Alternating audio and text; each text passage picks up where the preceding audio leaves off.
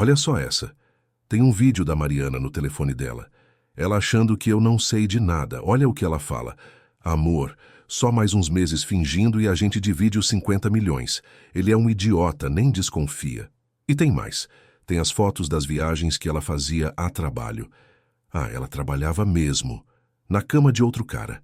Enquanto eu acreditava que tinha encontrado o amor da minha vida depois de ganhar na loteria. Vocês não têm ideia do que essa mulher era capaz de fazer por dinheiro. O que eu descobri nos últimos dias mudou tudo o que eu pensava sobre amor, sobre confiança, sobre tudo. Antes da história começar, comente de onde está assistindo e deixe seu like. Minha vida sempre foi uma batalha constante. Nasci na periferia de Guarulhos, filho de mãe solteira, sem nunca conhecer meu pai. Dona Maria, minha mãe, trabalhava como faxineira em 3 casas diferentes para conseguir me manter na escola. Cresci vendo ela saindo às 5 horas da manhã e voltando quase 10 horas da noite, 6 dias por semana. Aos 16 anos, consegui meu primeiro emprego como office boy numa empresa pequena. Estudava à noite, trabalhava de dia. Formei em administração aos 24, em uma faculdade particular barata, pagando cada semestre com muito suor. Sempre na correria, sempre contando moedas no fim do mês. Aos 30 anos, eu trabalhava em 2 empregos. De dia, assistente administrativo numa construtora. Noite e fins de semana, motorista de aplicativo. Mal tinha tempo para dormir, que dirá para relacionamentos. Meu último namoro tinha acabado há 3 anos, quando Vanessa cansou de me ver apenas 1 ou 2 vezes por semana, sempre exausto demais para qualquer programa. Meu único luxo era um bilhete de loteria toda semana, R$ 50 por mês nesse sonho. Minha mãe sempre criticava. Cláudio, isso é dinheiro jogado fora. Eu respondia, mãe, não tô comprando bilhete, tô comprando esperança. Naquela quinta-feira de setembro, eu estava no ônibus voltando do trabalho. Linha Guarulhos-São Paulo, lotado como sempre. Eu em pé, segurando no corrimão, olhando para o celular. Era dia do sorteio. O apresentador anunciou os números. 43, 17, 22, 12, 8, 15. Eu tinha decorado meus números. Sempre os mesmos. Aniversário da minha mãe, meu aniversário, número da casa onde cresci. Conferi uma vez. Os números batiam. Pensei que estava vendo errado. Conferi de novo. E mais uma vez. Comecei a tremer tanto que a senhora do lado perguntou se eu estava passando mal. 50 milhões, sussurrei para mim mesmo. 50 milhões de reais. Desci do ônibus no ponto seguinte, quase caindo na calçada. Liguei para o meu irmão mais velho, Carlos, a única pessoa que poderia entender o que estava acontecendo. Carlos, cara, eu ganhei, falei com voz trêmula. Ganhou o quê, Cláudio? Mais um empréstimo? Ele riu. Carlos sempre brincava sobre minha situação financeira apertada. Não, cara, ganhei na loteria 50 milhões. Silêncio do outro lado. Depois, a voz incrédula. Você tá bêbado? Cláudio, você nem bebe. Tô falando sério. Acertei os 6 números. 50 milhões, Carlos. Vai na lotérica agora, confirma isso direito, me liga depois. Fui correndo até a lotérica Boa Sorte, onde sempre comprava meus bilhetes. Dona Georgina, a proprietária de 65 anos que me vendia bilhetes há mais de uma década, quase infartou quando mostrei os números. Chamou o genro que trabalhava no caixa ao lado. Depois chamou a filha que estava nos fundos. Todos conferindo, reconfirmando. Meu filho, Dona Georgina falou com lágrimas nos olhos. Você ganhou mesmo. Nunca vi isso acontecer com alguém que conheço. As pernas fraquejaram. Sentei no banco de espera da lotérica tentando respirar. Não era sonho. Era real. 50 milhões de reais. Sozinho. Sem dividir com ninguém. As primeiras semanas foram pura loucura. Advogado, contador, gerente de banco. Cada um com uma agenda repleta de conselhos, planos, investimentos. Todos preocupados com meu dinheiro subitamente. Todos querendo ajudar. E como descobri depois, muitos querendo apenas sua fatia do bolo. Parentes que eu nem lembrava existirem começaram a aparecer. Prima de 2º grau, tio distante. Até um suposto meio-irmão que dizia ser filho do meu pai, que eu mesmo nunca conheci. Primo Cláudio. Lembra de mim? Sou filho da sua prima Fernanda. Eu não lembrava nem da Fernanda, imagine do filho. Mas todos tinham uma história triste e uma necessidade urgente de dinheiro. Comprei uma casa num condomínio fechado em Alphaville. Nada extravagante, mas confortável e segura. Um Audi A5, preto, sem muitos acessórios chamativos. Caetei o financiamento da casa simples da minha mãe em Guarulhos e comprei um apartamento pequeno para meu irmão Carlos. Filho, isso é muita responsabilidade, minha mãe disse preocupada quando contei sobre o prêmio. Dinheiro grande traz problema grande. Ela não fazia ideia de quão certa estava. O que mais me impressionou foi como as pessoas mudaram comigo da noite para o dia. Colegas de trabalho que mal me cumprimentavam no corredor viraram meus melhores amigos. O gerente que vivia me criticando agora me convidava para almoços. Mulheres que nunca tinham olhado 2 vezes para mim começaram a demonstrar interesse. Amanda, do departamento financeiro, que tinha recusado meu convite para um café meses antes, agora passava na minha mesa todo dia. Soube que você pediu demissão, Cláudio. Vamos sair para comemorar sua nova fase? Era surreal e perturbador. Eu olhava para aquelas pessoas e pensava, onde vocês estavam quando eu precisava de verdade? Foi numa dessas novas experiências sociais que conheci a Mariana. Eu tinha ido a um café na Vila Madalena, um lugar que nunca tinha frequentado antes por ser caro demais para meu antigo orçamento. Estava sentado sozinho, observando as pessoas, ainda desconfortável com minha nova condição financeira, quando senti algo quente derramando na minha camisa. Meu Deus, me desculpa, eu sou um desastre com café quente. A voz feminina soou genuinamente consternada. Olhei para cima e vi uma mulher de uns 32 anos, cabelos castanhos ondulados, olhos verdes grandes, cheios de preocupação genuína. Ela segurava um copo de café fumegante agora pela metade, enquanto a outra parte escorria pela minha camisa branca. Deixa eu pelo menos pagar a lavagem dessa camisa. Ou melhor, deixa eu comprar uma nova. Essa está arruinada por minha culpa. Eu ri, talvez pela primeira vez em semanas. Havia algo refrescante na situação. Diferente de todas aquelas pessoas que tinham aparecido na minha vida recentemente, ela parecia estar genuinamente embaraçada. Relaxa, não foi nada. Acontece. Tenho mais camisas em casa. Ela insistiu em sentar comigo para se redimir. Compramos mais café. Ela fez questão de pagar os 2. Conversamos a tarde inteira.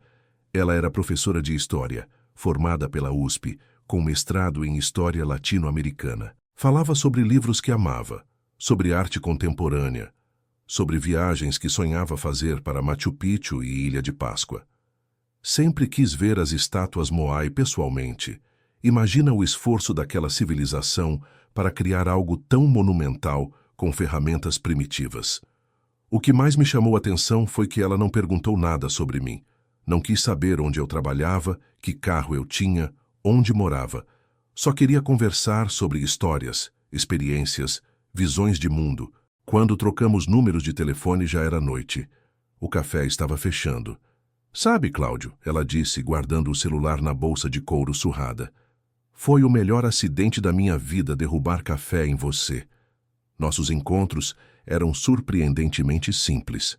Cinema no shopping, pizza numa esquina qualquer, caminhada no Ibirapuera num domingo de sol. Quando eu tentava levar ela em restaurantes caros ou lugares exclusivos, ela recusava. Prefiro a pizzaria do seu Zé. A massa é mais gostosa e não precisamos ficar fingindo que gostamos de caviar. Em 2 semanas nos falávamos todos os dias. Mensagens de bom dia, ligação na hora do almoço, chamada de vídeo antes de dormir. Em 1 mês, eu ficava ansioso para ver ela, contando as horas entre um encontro e outro. Em 2 meses eu sabia que estava apaixonado. A sensação era diferente de tudo que já tinha experimentado. Não era aquela paixão adolescente, desesperada. Era algo mais calmo, mais seguro. Eu me sentia à vontade com ela. Podia ser eu mesmo, o Cláudio real, não o ganhador da loteria que as pessoas agora queriam conhecer. O engraçado é que eu não tinha contado sobre o prêmio para ela. Com todas as outras pessoas, o assunto surgia naturalmente, ou elas já sabiam antes de me conhecer. Mas com a Mariana, Eu tinha tomado cuidado. Andava com ela de Uber, não no meu Audi. Não falava sobre minha casa nova. Queria ter certeza de que a atração era real e não pelo que eu tinha. Até que um dia, saindo do cinema, ela viu meu carro no estacionamento. Eu tinha esquecido e usado o Audi naquele dia. Cláudio, esse Audi é seu. Ela parecia genuinamente surpresa, apontando para o carro preto reluzente. Comprei recentemente. Senti meu rosto esquentar. Era a primeira mentira por omissão que seria descoberta. Nossa, você deve ter uma profissão bem-sucedida. Ela sorriu, sem qualquer julgamento na voz. Nunca perguntei por que não gosto de ser intrometida, mas vou confessar que fiquei curiosa. O que você faz mesmo? Foi quando decidi contar tudo. A loteria, os 50 milhões, como minha vida tinha mudado da noite para o dia, as pessoas interesseiras que surgiram, o motivo de ter escondido dela. A reação dela me pegou completamente desprevenido. Em vez de ficar empolgada ou impressionada, ela ficou pensativa, quase preocupada. Deve ser muito difícil, Cláudio, ela disse finalmente enquanto caminhávamos pelo estacionamento. Saber se as pessoas gostam de você ou do seu dinheiro. Por isso não contei antes, confessei. Queria que você me conhecesse pelo que sou, não pelo que tenho. E fez certo. Ela parou, segurou minhas mãos e olhou diretamente nos meus olhos. Mas agora que te conheço há 3 meses, posso dizer com certeza. Gosto de você, não do que você tem. Na verdade, preferia quando você era só o Cláudio que conheci no café. Esse Cláudio com carro importado assusta um pouco. Isso me conquistou de vez. Aquela mulher tinha conhecido o Cláudio quebrado, o que andava de ônibus, o que escolhia pizza barata porque não podia bancar algo melhor. E mesmo sabendo da fortuna, ela não mudou seu comportamento ou suas expectativas. Continuava preferindo programas simples, conversas longas, momentos genuínos. 6 meses depois, demos o próximo passo. Decidimos morar juntos na casa de Alphaville. Ela vendeu o apartamento pequeno onde morava em Pinheiros e, para minha surpresa, sugeriu algo incomum. Cláudio, quero que o dinheiro da venda do meu apartamento fique numa conta separada, só minha. Ela parecia determinada. Assim fica claro que não estou aqui pelo seu dinheiro, mas por você. Quero contribuir com as despesas da casa, proporcionalmente ao que ganho. Eu insisti que não precisava, que ela podia guardar o dinheiro para o futuro, que eu tinha mais do que suficiente para nós dois. Não é sobre necessidade, é sobre dignidade, ela respondeu. Não quero ser vista como a mulher que se deu bem e agora vive às custas do namorado milionário. Como argumentar contra isso? Era exatamente o tipo de integridade que me encantava nela. Os primeiros meses morando juntos foram os melhores da minha vida. Ela chegava do trabalho, tirava o uniforme formal de professora e nós cozinhávamos juntos. Eu nunca tinha sido muito bom na cozinha, mas ela me ensinou a fazer risoto, carbonara, até um bobó de camarão que virou nossa especialidade para receber amigos. Assistíamos Netflix abraçados no sofá, ela sempre escolhendo documentários históricos que, para minha surpresa, eu adorava. Fins de semana a gente viajava. Sempre lugares simples, pousadas aconchegantes, cidades pequenas do interior com cachoeiras ou trilhas. Não preciso do Copacabana Palace para ser feliz. Ela sempre dizia, recusando minhas sugestões de destinos mais luxuosos. Preciso de você, de uma rede na varanda e um pôr do sol bonito. 8 meses depois de morarmos juntos, eu a pedi em casamento. Não foi nada grandioso ou planejado.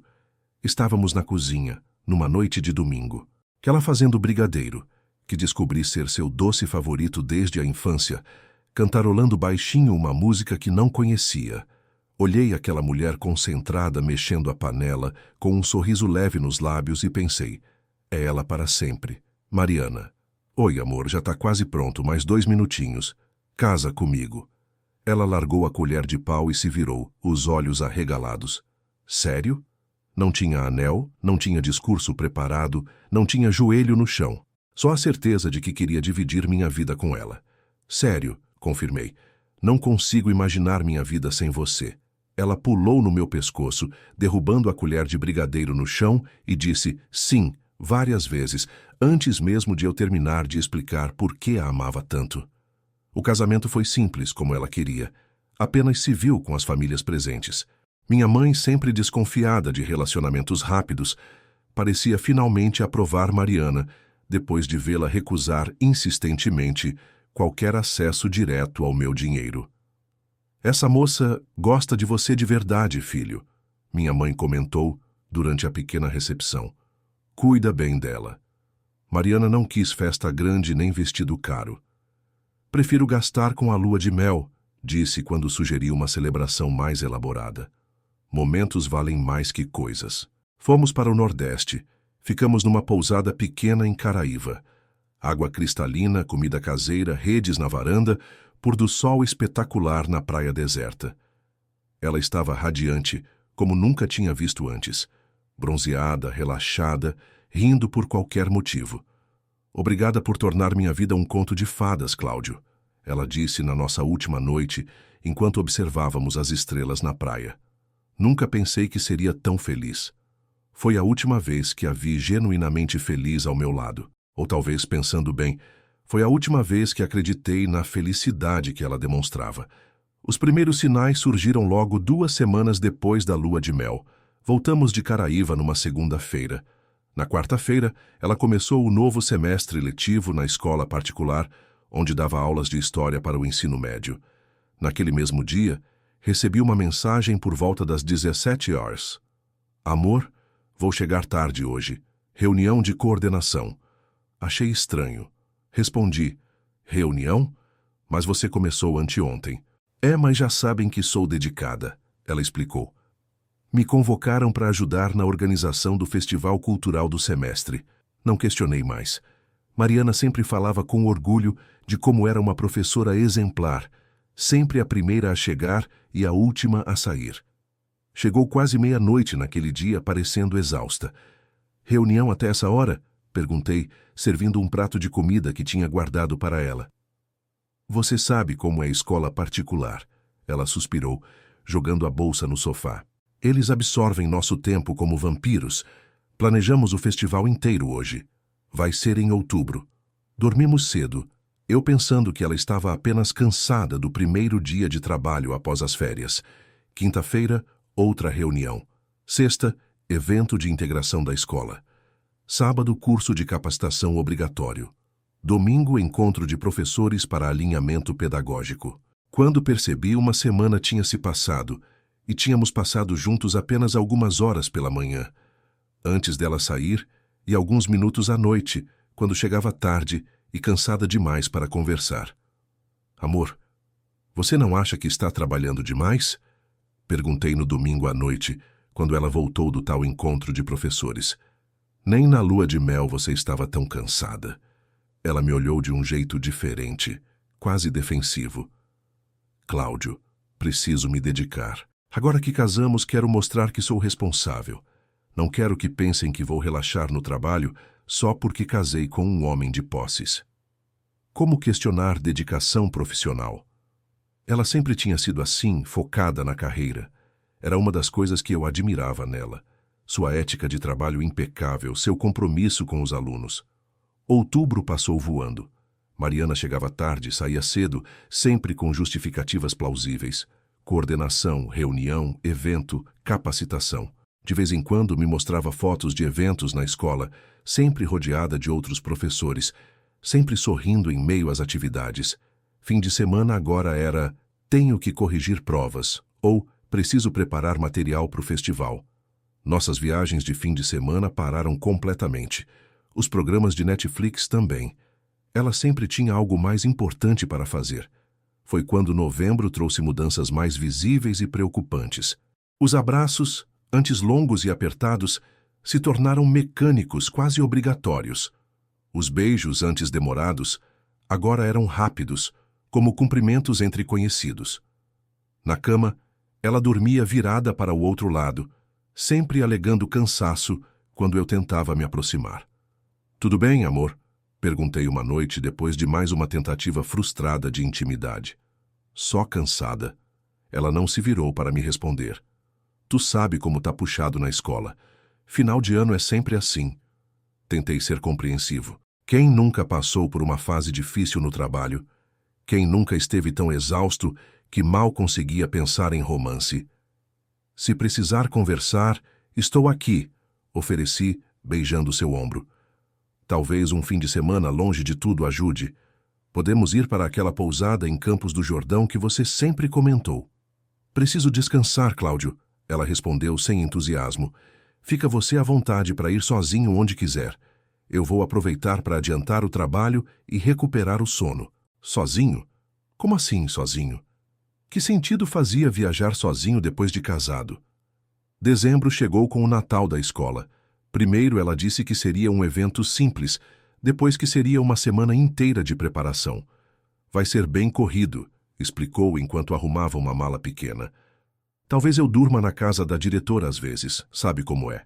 Moramos longe e fico até muito tarde organizando as coisas. Era a primeira vez em 8 meses que dormiríamos separados. Algo me incomodou profundamente. Onde a diretora mora? Perguntei, tentando manter a voz casual. Ah, Vila Madalena, perto da escola. Não pensei em questionar mais. Confiava nela. Ou melhor, queria confiar. No Natal, jantamos em silêncio na casa da minha mãe. A celebração familiar, que deveria ser alegre, se tornou um momento desconfortável. Mariana estava distante. Mexia no celular mais do que comia ou conversava. Quem é? Perguntei baixinho quando percebi que ela sorria para a tela do telefone. Professoras do grupo, respondeu rapidamente, bloqueando a tela. Estamos combinando as atividades de janeiro. Em véspera de Natal, ela me olhou com certa irritação. Você não entende como é nosso trabalho, Cláudio. Sempre tem algo urgente para resolver. A educação não tira férias. Ah, janeiro. As famosas férias escolares, quando os professores geralmente descansam, viraram um curso intensivo de inglês para me aperfeiçoar. 3 semanas fora. Onde vai ser? Perguntei, ajudando-a a fazer as malas. Malas demais para um simples curso profissional. Interior. Uma fazenda que a escola alugou para desenvolvimento profissional. Posso ir junto? Trabalho de casa e podemos passar o tempo juntos quando você não estiver no curso. Ela fechou a mala com mais força que o necessário. Amor, é ambiente de trabalho. Não dá. Preciso focar nas aulas e nas atividades em grupo. Um marido lá seria distração. Passou o Réveillon em recesso do curso, mas voltou para casa só para dormir. Primeiro dia de janeiro levantou cedo, antes mesmo do sol nascer. Acordei com o barulho dela se arrumando. Onde você vai com essa roupa? Ela vestia um vestido florido que eu nunca tinha visto, mais adequado para um encontro romântico que para um curso profissional. Maquiagem elaborada, perfume forte, cabelo cuidadosamente arrumado. Pro curso, falei ontem. Que horas volta? Tarde, é última semana, muito intenso. Beijou minha bochecha rapidamente e saiu quase correndo. Fiquei na cama, olhando para o teto, com uma sensação de vazio que não conseguia explicar. Fevereiro trouxe o primeiro carnaval casados. Sempre foi nossa data preferida quando namorávamos.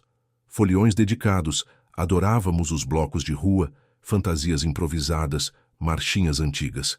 Tínhamos até falado em passar o carnaval em Salvador ou Rio, quando éramos apenas namorados. Não vou poder ir nos blocos esse ano, amor. Estávamos jantando quando ela soltou a bomba. Olhei para ela, incrédulo. Como assim? A escola resolveu fazer um projeto especial no carnaval.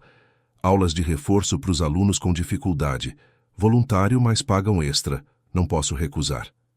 Aula de reforço no carnaval? Que escola é essa? É o novo método deles. Aproveitam feriadões longos para dar um up nos alunos que estão ficando para trás. Educação inovadora, sabe? Soou estranho, muito estranho, mas não quis insistir. Não queria parecer o marido controlador que impede a esposa de crescer profissionalmente. Carnaval começou na sexta e ia até terça. Ela saiu todos os dias cedo, voltando tarde. Sábado e domingo nem voltou para casa, alegando que dormiria na casa da coordenadora, que morava mais perto da escola, para aproveitar melhor o tempo. Terça de carnaval, quando finalmente voltou em casa, tinha glitter no pescoço e cheirava diferente.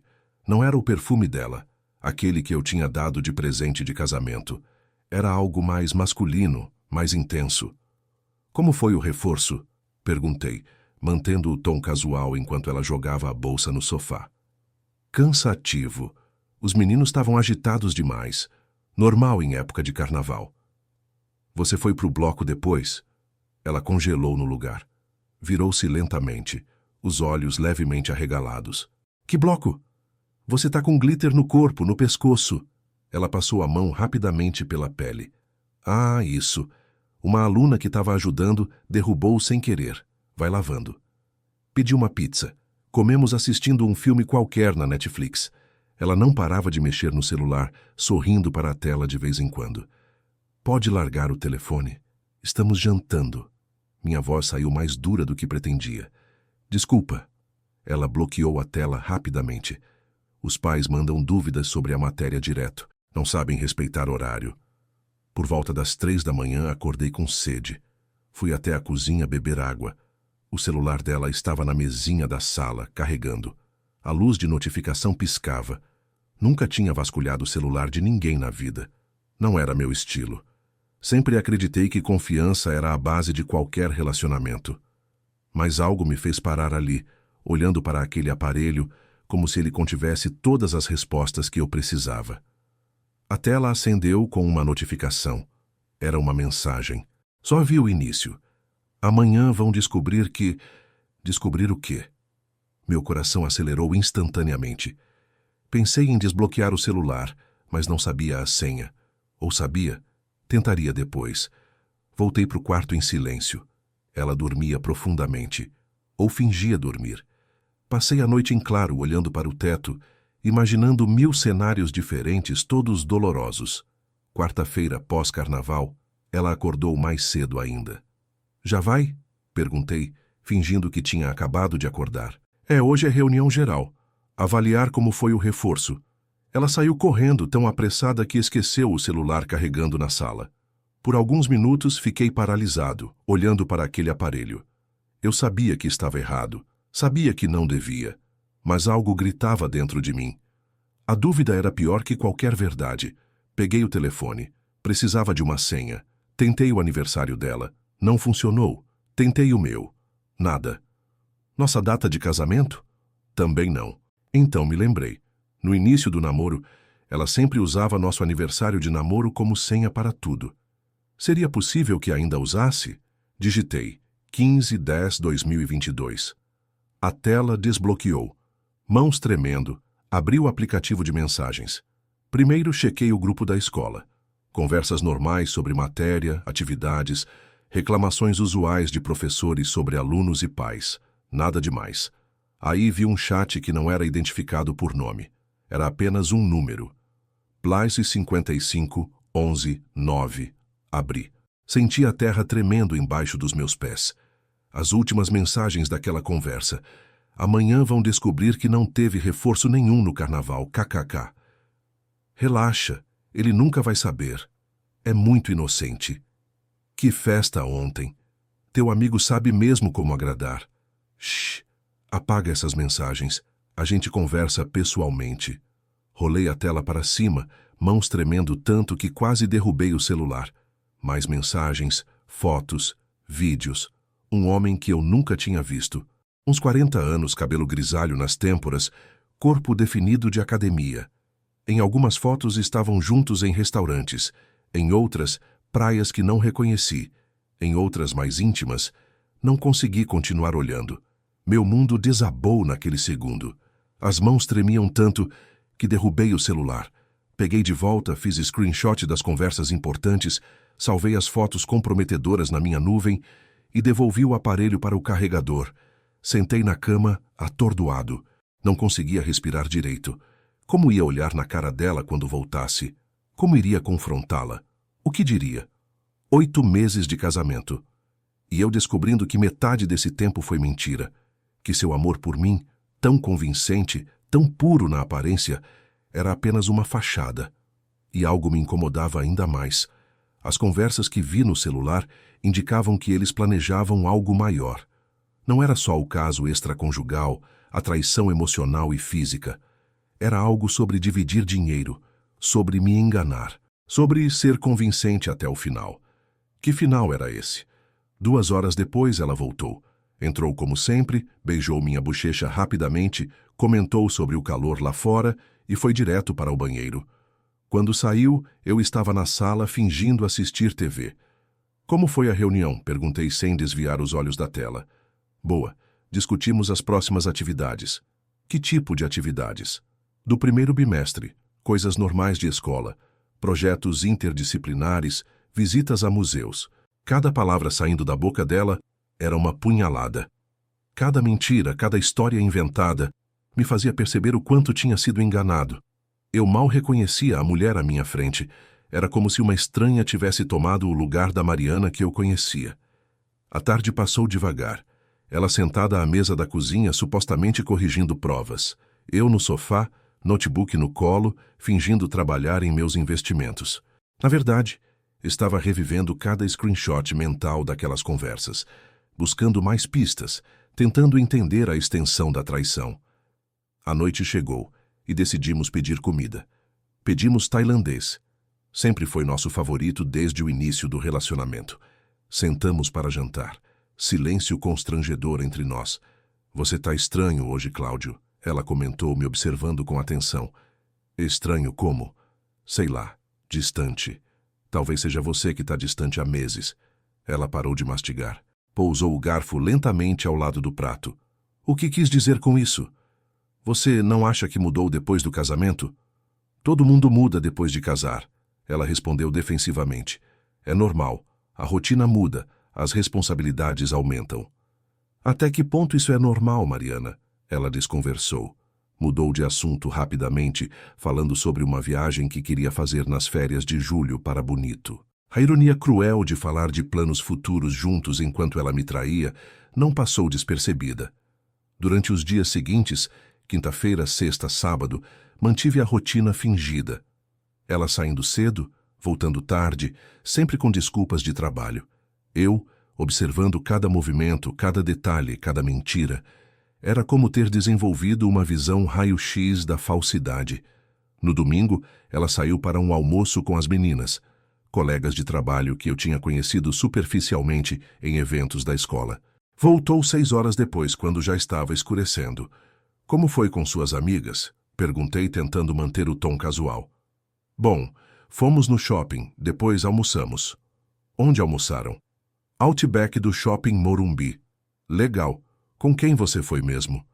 Ana, Beatriz e Carla, as de sempre. Segunda-feira, por coincidência ou destino, encontrei Ana no supermercado perto de casa. Colega da escola de Mariana que eu conhecia de alguns eventos escolares. Ela parecia desconfortável ao me ver. Oi, Ana. Como foi o almoço de domingo?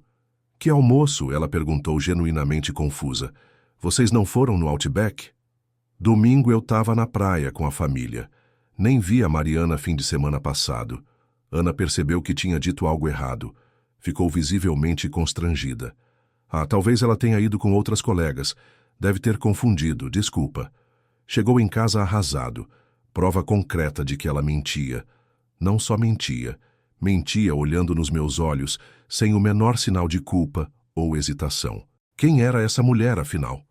Terça-feira resolvi confrontá-la. Não aguentava mais viver na mentira. Mariana, preciso perguntar uma coisa. Fala, ela respondeu distraidamente, enquanto revirava a geladeira procurando algo para comer. Onde você estava domingo? Já contei, com as meninas. Encontrei a Ana ontem. Ela disse que não saiu com você. Ela ficou branca, depois vermelha, depois branca de novo. A Ana confundiu. A gente saiu sim. Ela disse que estava na praia com a família. Então saímos outro domingo. Confundi as datas. Mentira atrás de mentira. Como eu tinha sido tão cego por tanto tempo. Sexta-feira ela inventou outro curso. Agora era workshop de metodologia inovadora. Fim de semana inteiro, de sexta a domingo. Onde vai ser? Perguntei enquanto ela arrumava a mala. Uma mala grande demais para um workshop profissional. Campos do Jordão, hotel fazenda que a escola contratou. Nome do hotel? Alto da Boa Vista. Por quê? Ela parecia irritada com o questionamento. Só curiosidade. para saber onde você estará se precisar entrar em contato. Assim que ela saiu, liguei para o hotel. Perguntei sobre o evento da Escola São Paulo de Ensino Médio, o workshop de metodologia inovadora. Senhor, não temos nenhum evento educacional agendado para este fim de semana, a recepcionista informou. Na verdade, estamos com 90% das acomodações reservadas para casais em lua de mel. É alta temporada romântica. Decidi confrontar ela quando voltasse. Chega de mentiras, chega de fingir que estava tudo bem. Segunda-feira ela chegou radiante, bronzeada, descansada, com um brilho nos olhos que há meses não via. O curso foi incrível, exclamou jogando a mala no quarto. Aprendi técnicas novas para motivar os alunos. Vai revolucionar minhas aulas. Que bom, respondi mantendo o tom neutro. Conta mais sobre essas técnicas. Ah, é muito técnico. Você não vai entender. São metodologias pedagógicas avançadas. Tenta explicar. Sou inteligente o suficiente. Cláudio, tô cansada. Ela suspirou dramaticamente. Foi um fim de semana intenso. Deixa para outra hora? A semana seguinte seguiu o mesmo padrão. Curso aqui, reunião ali, evento acolá. Sempre fora, sempre ocupada, sempre cansada demais para conversar comigo ou responder perguntas sobre seu trabalho. Era como viver com uma estranha que usava o rosto da mulher que eu amava. Cada dia que passava, sentia mais distância entre nós, mais mentiras se acumulando, mais evidências de que nosso casamento era uma farsa. Comecei a investigar por conta própria. Após pesquisar na internet, contratei um detetive particular. Soava clichê, como algo saído de um filme ruim, mas não sabia mais como proceder. Quero saber onde minha esposa vai quando diz que está trabalhando. Expliquei no primeiro encontro com Paulo, um ex-policial com 20 anos de experiência em casos conjugais. Suspeita de infidelidade? Ele perguntou diretamente, sem rodeios. Tenho certeza, só preciso de provas concretas. Entendo. Vai custar tanto por dia de investigação, mais despesas e equipamento. Casos assim, geralmente resolvemos em 2 a 3 semanas. Dinheiro não é problema, respondi firmemente. Verdade é o que importa agora. A primeira semana de investigação trouxe algumas confirmações e muitas surpresas. Mariana saía de casa dizendo que ia para a escola. Realmente ia. Dava aulas normalmente, interagia com colegas, depois saía para o almoço e não voltava para a escola. O detetive a seguiu até um apartamento na Vila Madalena. Mesmo prédio onde nos conhecemos no café, pensei amargamente. Que ironia cruel. O local onde acreditei ter encontrado o amor da minha vida era onde ela mantinha seu caso extraconjugal.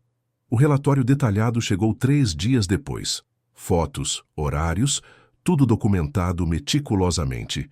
O homem que entrava e saía do apartamento. Beijos apaixonados na varanda. Abraços íntimos na entrada do edifício. Era o mesmo das fotos no celular dela.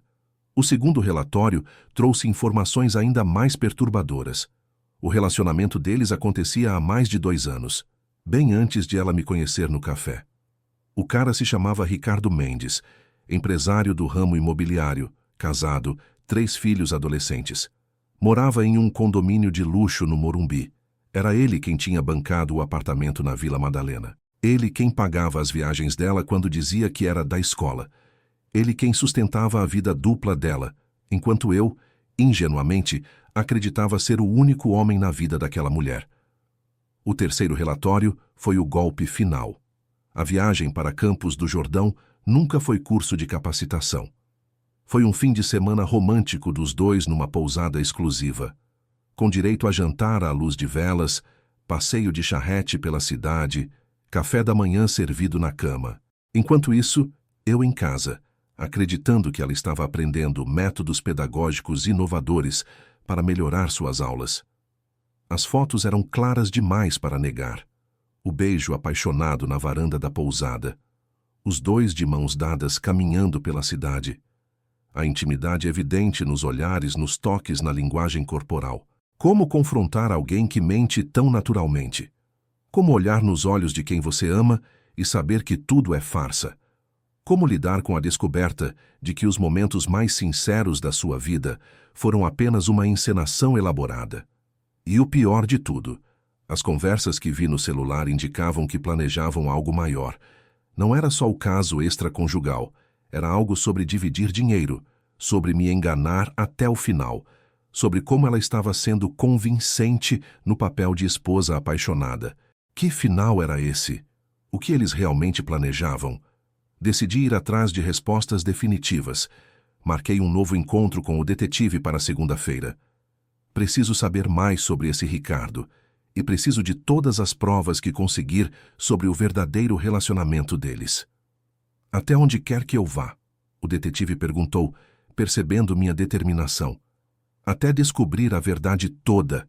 Tenho a sensação de que isso é mais fundo que um caso comum, que tem algo relacionado ao meu dinheiro. No sábado seguinte, enquanto Mariana dizia estar em treinamento intensivo para o vestibular dos alunos, fui ao apartamento dela na Vila Madalena. Sabia que ela estava lá. O detetive tinha confirmado por mensagem 1 hora antes. Cheguei ao prédio, um edifício elegante de apenas 10 andares. O porteiro me reconheceu de outras visitas. Eu tinha estado ali algumas vezes quando namorávamos, antes de morarmos juntos. Boa tarde, senhor Cláudio. A dona Mariana está esperando. É uma surpresa, respondi com o melhor sorriso que consegui forçar. Ele me deixou subir sem avisar. Vantagem de ser reconhecido. Apartamento 702. Respirei fundo várias vezes, antes de bater na porta. Ela abriu em roupão, cabelo molhado, como se tivesse acabado de sair do banho. O sorriso receptivo congelou ao me ver. Cláudio, o que faz aqui? A voz dela tremeu levemente. Posso entrar? Agora não é boa hora, ela disse rapidamente, mantendo a porta semicerrada. Estou descansando. Descansando de quê? Do curso que acabou. Preciso de um tempo sozinha para processar tanta informação nova. Sozinha? Foi quando ouvi barulho vindo do quarto. Som de chuveiro desligando, seguido por uma voz masculina. Mariana, quem é? Nossos olhares se cruzaram. O castelo de cartas desabou definitivamente. Não havia mais como negar, não havia mais mentiras possíveis. Cláudio, eu posso explicar. Ela começou, os olhos subitamente úmidos. Pode. Quero ouvir toda a verdade desta vez. Ricardo apareceu na sala vestindo apenas calça jeans, sem camisa, cabelo molhado, alto, em forma, aparentando pouco mais de 40 anos. Exatamente como nas fotos, mas ainda mais impactante ao vivo. Oi, ele disse, claramente constrangido. Você deve ser o... marido. Sim, sou o marido, completei friamente. Um silêncio pesado e constrangedor tomou conta do pequeno apartamento. 3 pessoas numa sala, verdades inconvenientes no ar. Cláudio, senta, vamos conversar, Mariana pediu, indicando o sofá. Conversar depois de 8 meses casados, depois de 2 anos mentindo? Agora você quer conversar. Não é o que você pensa. Ricardo, deixa nós dois a sós, ela pediu, voltando-se para o amante. Fica, falei olhando diretamente para ele. Acho que também tem direito de saber o que vai rolar agora. Sentamos os 3 na sala. Eu na poltrona, eles no sofá, distantes um do outro, como se tentassem negar a intimidade que tinham momentos antes. Situação surreal. O marido, a esposa, o amante. Triângulo amoroso ao vivo e em cores. Antes de vocês começarem com desculpas esfarrapadas, quero contar o que sei. Tirei o celular. Mostrei os screenshots das conversas, trechos dos relatórios do detetive, fotos. Espalhei as evidências como cartas numa mesa de pôquer. Sei de tudo, da viagem que não foi curso, do apartamento que ele paga, das mentiras que você inventa todos os dias. Só não sei qual é o plano final de vocês.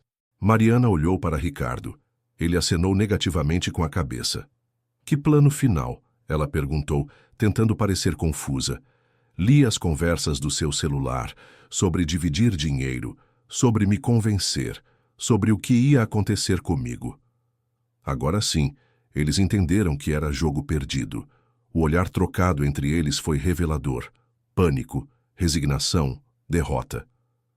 É melhor contar tudo, Ricardo murmurou, passando a mão pelo cabelo nervosamente. Contar o quê? Insisti, olhando diretamente para Mariana. Ela respirou fundo como se tomasse coragem. Nos conhecemos há 3 anos, namorávamos, aí você apareceu, você com seu dinheiro. Apareci onde? No café não foi acaso, ela confessou, evitando meu olhar. Eu derramei café porque te reconheci. Tinha visto você no banco sacando dinheiro, alguns dias antes. Uma quantia que me chamou a atenção. Pensei em te conhecer. Você me stalkeou?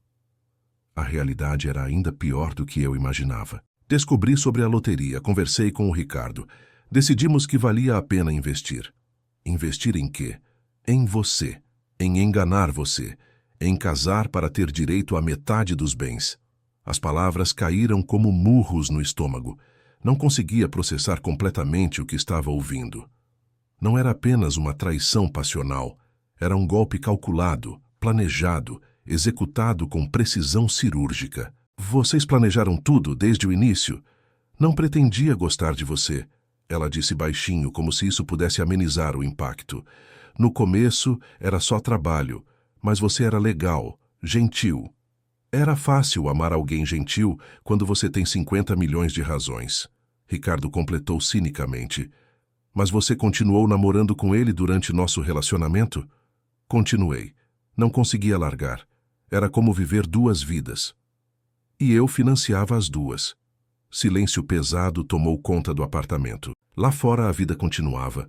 Carros passando, pessoas conversando na rua. Mas dentro daquela sala, tudo havia congelado num momento de verdade brutal. O plano era ficar quantos anos casada? 2 ou 3. Ela respondeu, agora sem esconder mais nada. O tempo necessário para garantir a divisão dos bens na separação. Ia pedir divórcio e ficar com 25 milhões? Era isso. No meio de tanto ódio, senti um alívio estranho. Finalmente a verdade. Não precisava mais fingir que estava tudo bem. Não precisava mais ignorar os sinais. Não precisava mais duvidar da minha própria sanidade. E você, Ricardo? Qual sua parte nisso? Apoio financeiro e emocional no começo, ele explicou com uma frieza empresarial. Bancar o apartamento, ajudar a planejar, dividir a grana quando ela conseguisse. Quanto ia levar? 10 milhões. Ela ficaria com 15. Negociações frias como transação comercial. Era isso que meu casamento era. Uma transação comercial detalhadamente planejada. Uma última pergunta, disse, olhando diretamente para Mariana.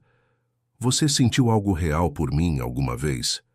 Ela demorou para responder, como se realmente precisasse pensar. Senti.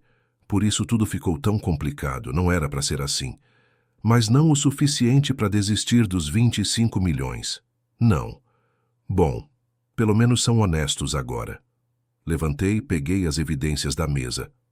Amanhã vão receber uma citação judicial. Quero o divórcio. E quero tudo documentado. Todas as provas da farsa vão estar no processo.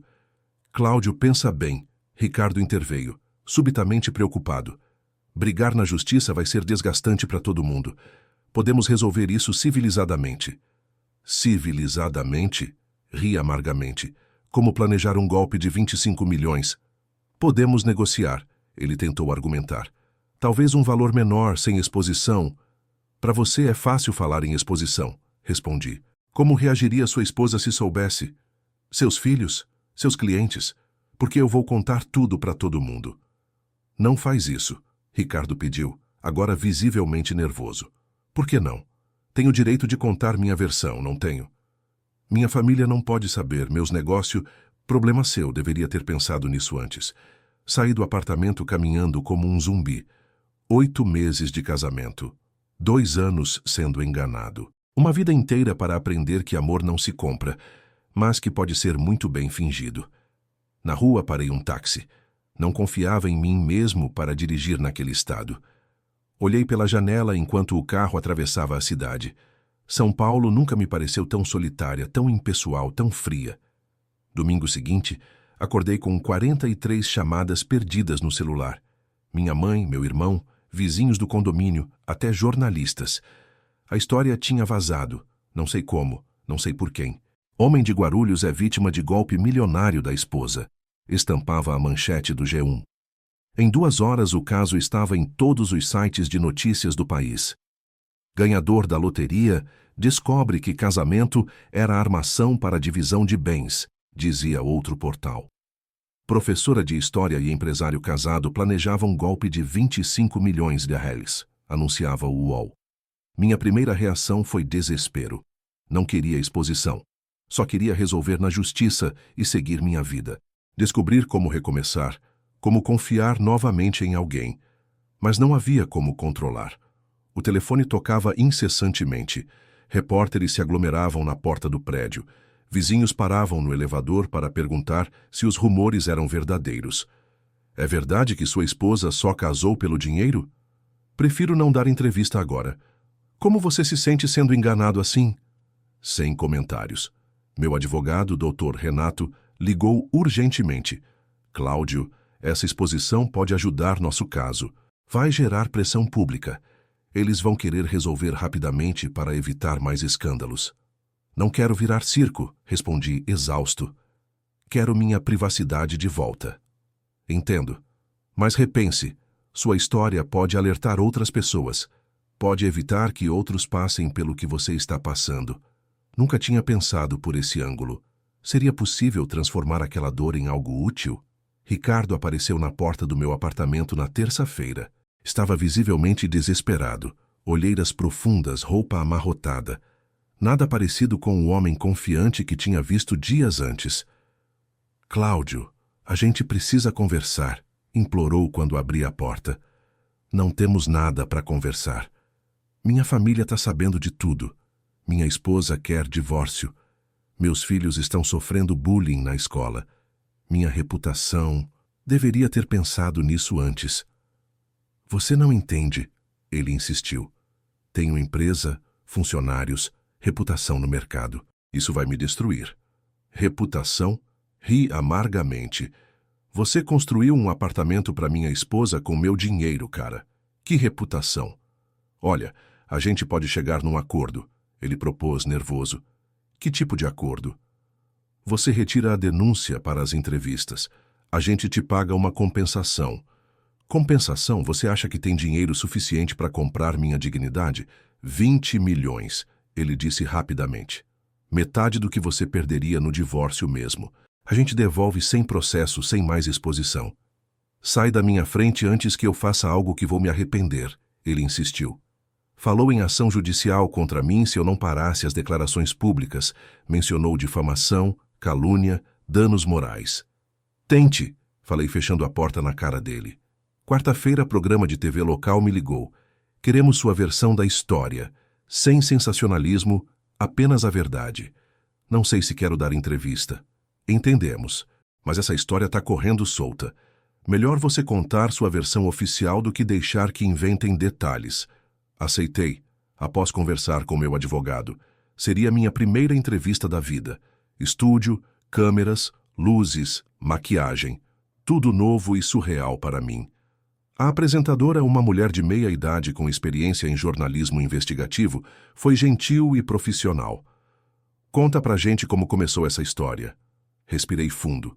Contei tudo, sem omitir detalhes. Desde a loteria até a descoberta da traição.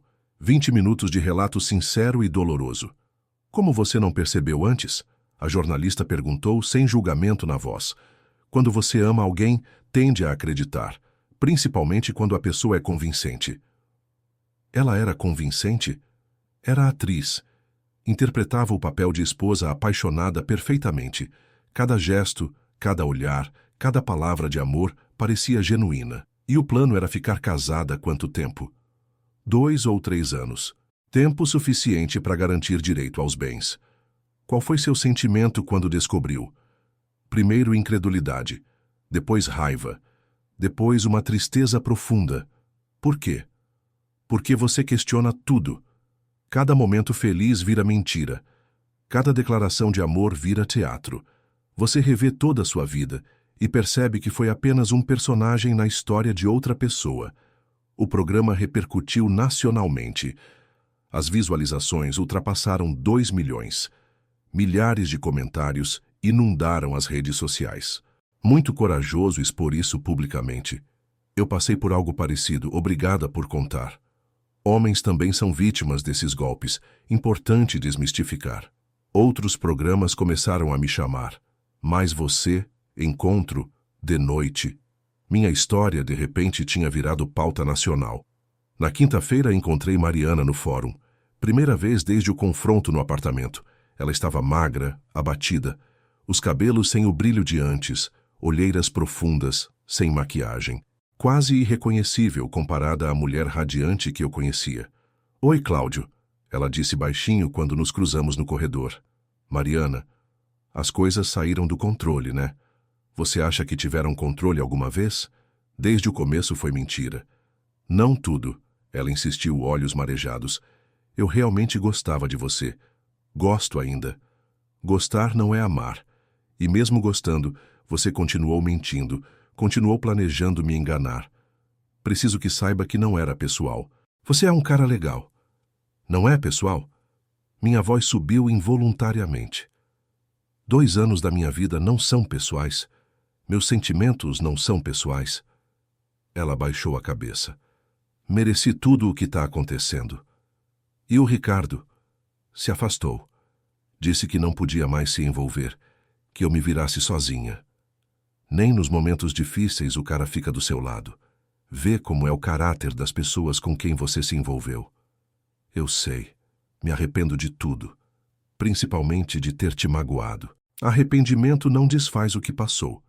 Você vai continuar com as entrevistas? Vou. Minha história pode ajudar outras pessoas. E se eu pedisse para você parar? Por que eu faria isso? Pelo que vivemos, pelos momentos bons que tivemos. Esses momentos bons eram reais para você? Silêncio. Imaginei, respondi virando as costas. O processo avançou com rapidez surpreendente. Mariana não contestou nada. Reconheceu toda a farsa em depoimento oficial perante o juiz. Confirma que teve relacionamento extraconjugal durante todo o casamento? O juiz perguntou. Confirmo. Confirma que casou com motivação financeira? Confirmo. Confirma que planejou enganar o autor desde o início? Confirmo. Foi mais fácil que eu esperava. Ela não queria lutar. Talvez porque sabia que não tinha como ganhar, ou talvez, quero acreditar, porque finalmente tinha desenvolvido algum remorso. Ricardo tentou me processar por danos morais. Alegou que eu estava destruindo sua reputação publicamente. Meu advogado riu do processo. Danos morais? Ele que planejou te enganar? O juiz vai rir dessa petição. E riu mesmo. O processo nem foi aceito. O juiz considerou um abuso do direito de acionar a justiça. A entrevista no Fantástico fechou a primeira semana de exposição pública, a maior audiência da minha vida, sentado no sofá da mais tradicional revista eletrônica do país. Você acredita que o dinheiro muda as pessoas? A jornalista perguntou. O dinheiro não muda as pessoas, respondi após pensar alguns segundos. Revela quem elas realmente são. Tem medo de que isso aconteça novamente? Tenho. Mas agora sei os sinais que devo observar. Que sinais? Interesse excessivo no meu dinheiro. Perguntas frequentes sobre patrimônio. Pressa para oficializar o relacionamento. Mudanças de comportamento após descobrir a condição financeira. Evitar apresentação para família e amigos. Histórias inconsistentes. Vai namorar novamente? Eventualmente. Mas vou ser mais cauteloso. E, principalmente, vou buscar pessoas que tenham sua própria vida, suas próprias conquistas, suas próprias ambições. Na saída do estúdio, 5 mulheres me abordaram, todas com histórias semelhantes, todas emocionadas. Nossa história é parecida, queremos contar também. Fui enganada por um homem que só queria minha herança. Ajude a gente a expor esses golpistas. Comecei a entender que meu caso não era isolado.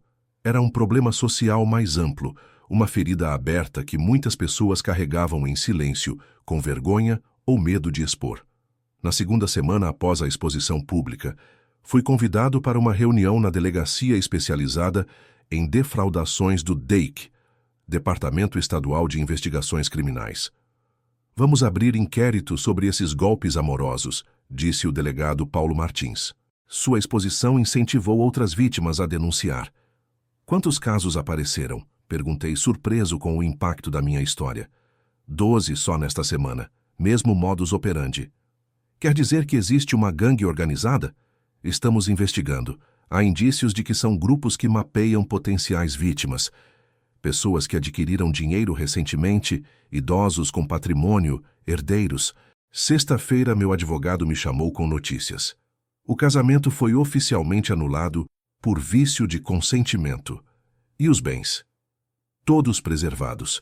Ela não tem direito a nada. E a denúncia criminal?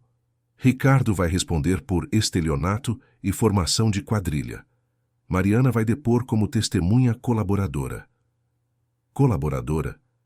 Ela decidiu contar tudo. Entre outras coisas, revelou que fizeram isso com mais pessoas. Mais? Quantas mais?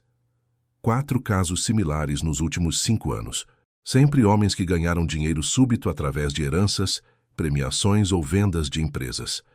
O escopo era muito maior do que eu imaginava. Não era só meu caso pessoal. Era uma operação, um esquema recorrente, um método. Final da segunda semana, liguei para um produtor de documentários que tinha entrado em contato comigo. Queremos fazer um documentário sobre esses golpes amorosos. Do que se trata? Perguntei, ainda cauteloso com qualquer exposição adicional. Mostrar como funcionam, como se proteger, como identificar os predadores, como denunciar. Algo educativo, não sensacionalista. E qual seria meu papel? Principal depoente. Sua história seria o fio condutor que liga os outros casos, mostrando padrões e alertando potenciais vítimas. Preciso pensar. Entendo, mas sua coragem já ajudou muita gente. O documentário poderia amplificar ainda mais esse impacto positivo. Dormi pensando nisso. Será que queria viver para sempre ligado a essa história? Ser eternamente lembrado como o cara que foi enganado? Ou seria minha missão alertar outras pessoas, transformar minha dor em aprendizado para quem ainda poderia ser poupado? Decidi participar do documentário. Amor por Interesse estreou 6 meses depois em todas as plataformas de streaming. A produção reuniu histórias de 12 vítimas, análises de psicólogos, depoimentos de policiais e especialistas em comportamento criminoso. O impacto foi imenso. Mais de 10 milhões de visualizações na primeira semana. Matérias em jornais internacionais. Resenhas elogiosas. Debates sobre o tema em universidades e programas de televisão. Documentário brasileiro expõe esquema de golpes amorosos e torna-se fenômeno global, escreveu o The Guardian. A BBC fez uma reportagem especial sobre o filme, entrevistando vítimas de outros países que se identificaram com as histórias retratadas. Comecei a perceber que minha história tinha ganhado um propósito maior que a própria dor, que o sofrimento, quando compartilhado, pode se transformar em alerta, em proteção, em conscientização. 3 meses após o lançamento, recebi uma ligação inesperada. Cláudio, sou Paulo Mendonça, promotor público de São Paulo. Pois não? Queremos te convidar para dar uma palestra na Semana de Combate aos Crimes Financeiros. Palestra sobre o quê? Estelionato afetivo. Sua experiência pode educar muito os profissionais da segurança e a população em geral. Minha primeira palestra foi na Academia de Polícia Civil, um auditório lotado de policiais, delegados, estudantes de direito, assistentes sociais. Como identificar predadores financeiros disfarçados de amor, foi o título que escolhi. Preparei uma apresentação detalhada com os sinais principais que identifiquei na minha própria experiência e nas histórias das outras vítimas. 1. Curiosidade excessiva sobre sua situação financeira logo nos primeiros encontros. 2. Evitar apresentar familiares e amigos, mantendo o relacionamento isolado. 3. Contradições nas histórias contadas, especialmente sobre trabalho e compromissos. 4. Pressa para oficializar união após descobrir sua condição financeira. Alguma situação que devemos observar primeiro? Perguntou uma policial na primeira fila. A forma como conhecem vocês. Se for muito casual, muito perfeita, ou se a pessoa já souber muito sobre vocês antes do primeiro contato, desconfiem. Encontros verdadeiramente casuais são raros. Predadores estudam suas vítimas. A plateia fez dezenas de perguntas. Percebi que casos similares eram muito mais comuns do que eu imaginava. Que as pessoas tinham vergonha de denunciar, de admitir que foram enganadas, de expor sua vulnerabilidade emocional.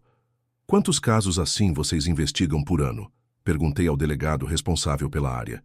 Mais de 100 só em São Paulo. E esses são apenas os que chegam a ser denunciados formalmente. E as vítimas denunciam com facilidade. A maioria não. Sentem vergonha, acham que são únicas, que foram especialmente estúpidas. Não percebem que caíram em um esquema profissional, executado por pessoas que fazem isso para viver. Saí da palestra convencido de que deveria continuar educando as pessoas, que tinha uma responsabilidade maior agora. Com parte do dinheiro que ainda mantinha da loteria, montei uma organização voltada para a prevenção de crimes afetivos.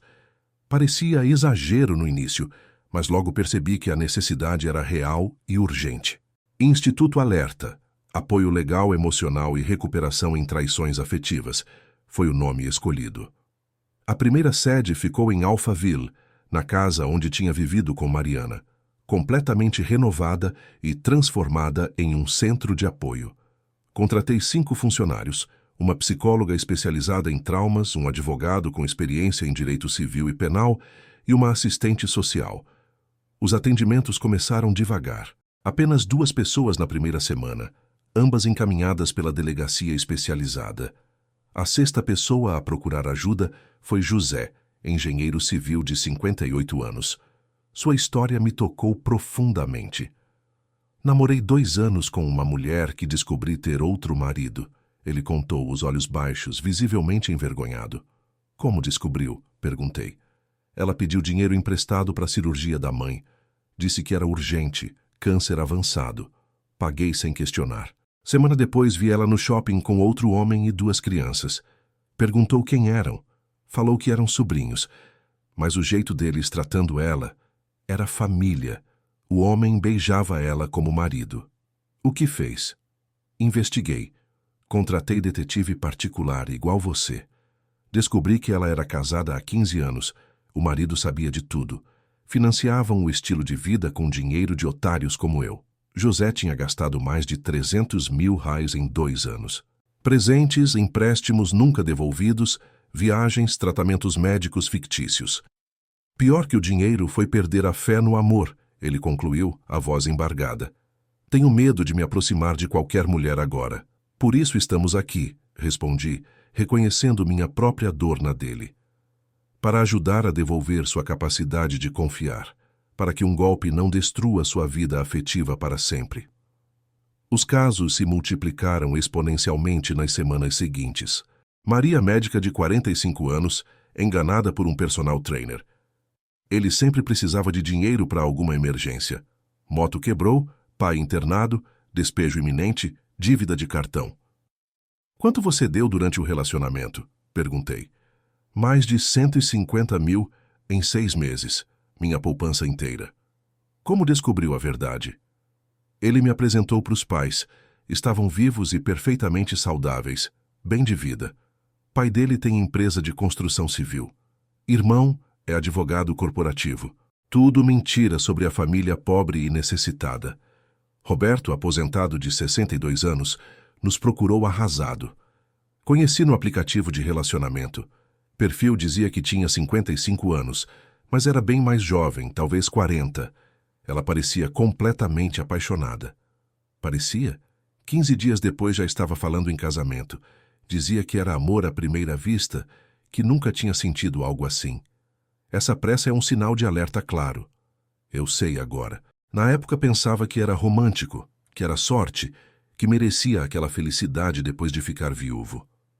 Quanto perdeu? 80 mil reais. Ela sumiu logo após o casamento civil. Depois descobri que usava outro nome, que não era a primeira vez que fazia isso. Cada nova história confirmava os padrões que tínhamos identificado. Sempre a pressa em oficializar a relação. Sempre as emergências financeiras constantes. Sempre as declarações de amor exageradas muito cedo no relacionamento. Sempre a falta de transparência sobre a vida anterior. O Instituto cresceu rapidamente. Abrimos filiais em 5 estados. Fizemos convênios com universidades, criamos grupos de apoio online, desenvolvemos cursos para profissionais da área de segurança e assistência social. Como não cair em golpes amorosos, virou disciplina eletiva em algumas faculdades de Direito e Psicologia. Palestrei em dezenas de universidades pelo país. Ano e meio depois da fundação do Instituto, recebi ligação de um programa americano. Mr. Cláudio, somos do Dateline NBC. Queremos fazer uma reportagem especial sobre romance scams no Brasil. Sim, como posso ajudar? Sua história inspirou uma investigação internacional. Queremos entrevistá-lo e conhecer o trabalho do Instituto. Como assim inspirou uma investigação internacional? Descobrimos uma rede de romance scammers que atuam em 4 países. Brasil é um dos centros da operação.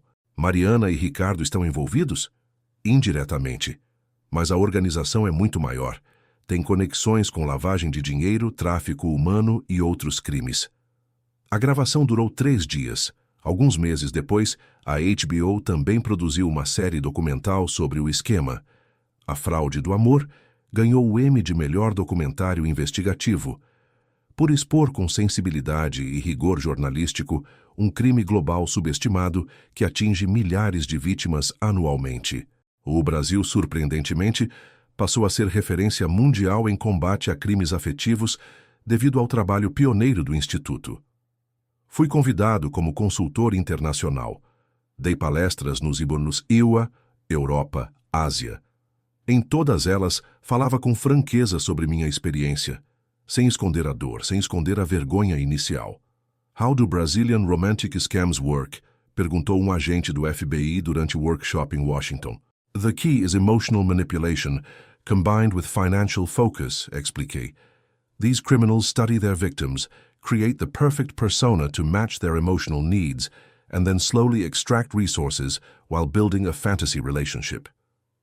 A Universidade de Harvard me convidou para um workshop de 3 dias, Romance Scams, a Growing Global Threat. Durante 2 horas expliquei técnicas, métodos de prevenção, sinais de alerta e estratégias de recuperação das vítimas. A plateia incluía agentes do FBI, da Scotland Yard, da Interpol. What makes Brazil special in this crime? Perguntou uma especialista britânica. Cultural warmth and financial inequality creates perfect conditions for these scams, respondi. Brazilians tend to be trusting and emotionally open, while economic disparities create incentives for elaborate schemes. How many victims per year? Conservative estimate, 10,000 Brazilians lose money to romance scams annually. Average loss, R$ 50 per victim. Os números eram astronômicos, 500 milhões por ano só no Brasil, sem contar o dano emocional incalculável, as vidas destruídas, a confiança quebrada. 3 anos após meu caso, minha vida tinha mudado completamente. De vítima envergonhada a ativista reconhecido, de homem traído a educador respeitado. Mariana cumpriu pena alternativa. Prestação de serviços comunitários em uma ONG contra a violência doméstica. Ironia do destino. Nos cruzamos algumas vezes em eventos do judiciário. Cumprimentos distantes, olhares que evitavam se encontrar. Ricardo pegou 3 anos de prisão em regime semiaberto. Sua empresa faliu. A esposa pediu divórcio, conseguiu a guarda total dos filhos. Ele perdeu tudo: dinheiro, família, reputação, liberdade. Eu construí um novo propósito a partir das ruínas do meu casamento. O Instituto Alerta virou uma ONG internacional. Escritórios em 12 países. Equipe de mais de 150 pessoas. Atendimento gratuito para vítimas sem recursos. Desenvolvemos um aplicativo para identificar perfis falsos em sites de relacionamento. 2 milhões de downloads em 1 ano. Criamos uma hotline 24 horas para vítimas em situação de emergência. 500 atendimentos por semana. Você ainda guarda rancor dela? Perguntaram em uma entrevista recente. Rancor não, respondi sinceramente. Ela teve um papel na minha história. Foi um capítulo doloroso que me transformou. Como assim? Me transformou em alguém que consegue ajudar outros. Talvez tenha sido seu presente involuntário. Da maior dor da minha vida nasceu o meu maior propósito. Arrependeu-se de ter exposto tudo publicamente? Nunca. A transparência salvou muita gente. Recebo mensagens diárias de pessoas que evitaram cair em golpes porque conheceram minha história. Namora atualmente? Sim, há 2 anos. Nos conhecemos no instituto. Ela também foi vítima? Foi. Entende meus medos, minha cautela. Vivemos uma relação sem pressa, com diálogo constante e com limites claros. Como é namorar sendo você? Foi difícil no começo, sempre verificando motivações, sempre checando se ela tinha interesse real ou se era mais uma golpista. E tem interesse real? Tem, amor genuíno, paciência, respeito, verdade. Ela tem sua própria carreira, sua própria vida financeira. Não precisa do meu dinheiro para ser feliz. Planeja casar novamente? Talvez, mas sem pressa. Aprendi que pressa é sinal de alerta, quando se trata de decisões importantes. Último conselho para quem está lendo esta história. Confie nos seus instintos. Se algo parece bom demais para ser verdadeiro, provavelmente é. Amor real se constrói com tempo, com conhecimento mútuo, com superação de problemas juntos. E segundo conselho. Amor verdadeiro não acontece da noite para o dia. Nem tem pressa para acessar sua conta bancária. Palavras finais? Não deixe que uma experiência ruim feche seu coração para sempre, mas use essa experiência para se proteger melhor no futuro. Hoje, aos 45 anos, minha vida finalmente encontrou equilíbrio. O Instituto prospera, ajudando milhares de pessoas anualmente. Meu relacionamento com Juliana é saudável, baseado em respeito mútuo e transparência absoluta. Tenho um propósito claro que transforma minha dor em ajuda concreta para outros. Às vezes me pego relembrando daquela quinta-feira, quando meu mundo desabou. O vídeo no celular de Mariana. As mensagens reveladas. A descoberta brutal da traição. Foi o pior momento da minha vida. E também foi o ponto de partida da minha vida atual. Mariana me ensinou involuntariamente que amor pode ser uma performance convincente, mas também me ensinou que o verdadeiro amor, por si mesmo, pelos outros, por um propósito maior, vale a luta necessária para recuperá-lo. Se você acompanhou esta história até aqui, espero que ela sirva não apenas como alerta, mas como inspiração. Nossas maiores feridas podem se transformar em nossa maior força. Nossos momentos mais sombrios podem iluminar o caminho para outros que estão perdidos na escuridão.